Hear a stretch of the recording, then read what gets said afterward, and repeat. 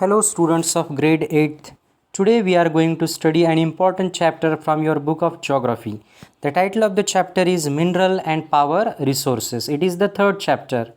Here, first of all, we will learn the meaning of the word resources. Resources means assets or the wealth. Mineral and power resources.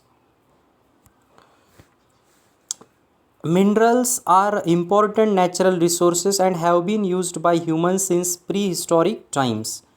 So, minerals are natural resources. Nature has given them to us, and human beings have been using them since prehistoric time. Early humans used stone to make tools and weapons. Thus, the first stage is known as Stone Age because man used stone for making various tools. Therefore, the first age is known as the Stone Age. After stone, we can say that copper was used by the human beings, or copper was discovered by human beings, and its use marked the Copper Age. Then came the Bronze Age, and later the Iron Age. This is the picture of silver. This is the picture of gold metal. This is the picture of iron. Here now we are going to study types of minerals. Minerals may be organic in origin like coal and petroleum, or inorganic. Here we need to differentiate between the organic minerals and the inorganic minerals. So what is the difference? Organic minerals are living or once living. They contain carbon and can promote cell life. On the other hand, inorganic minerals are without carbon and have never been living. Inorganic minerals are classified into group metallic and non-metallic. Inorganic minerals, they can be categorized or differentiated into two groups, metallic and the non-metallic minerals. Metallic minerals are those from which metals such as iron, copper, gold, etc. are derived or obtained. So metallic minerals are those from which we can obtain the metal. Metallic minerals are found in igneous and metamorphic rocks. We know that minerals are found in the rocks. Non-metallic minerals include limestone, sulfur, etc. Non-metallic minerals are found in sedimentary rocks. Now we are going to study the next point, mining. We know that mining is also a type of industry. So what is mining? The extraction of mineral resources from the earth is called mining. The process in which we derive or obtain the minerals from the earth is known or is called mining. The method of mining depends upon the depth at which the mineral is located. The process of extraction of mineral oil is called drilling. The process of extracting mineral oil is called drilling. It is done by digging deep wells called oil wells. This is a picture of gold mining. Distribution of mineral resources is the next point. Iron. Iron is the commonest and most widely used metal. It is very common metal and it is used by human beings a lot. It is used to make steel, which in turn is the basis of all sorts of machinery, agricultural implements, transport equipment, and items of daily use.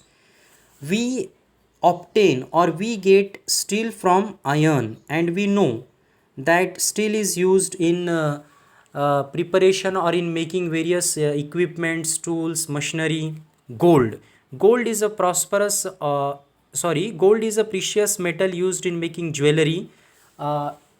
Actually, it is a very valuable, it is an expensive metal. It is also a standard medium of foreign exchange. The international monetary system is backed by gold. It is dependent on gold. Copper, it is mainly used in electrical industries to make electrical wires and appliances. Because of its high conductivity, we know that copper is used in the preparation of electrical gadgets and wires. Tin, it is mostly used in planting, that is coating thin steel sheets with a very fine layer of tin. This is used in making cans for preserving food. It is also used in soldiering and in making alloys like bronze. Here we have to understand what is meant by an alloy. An alloy is a metal made by mixing two types of metals together. For example, brass is an alloy of copper and zinc.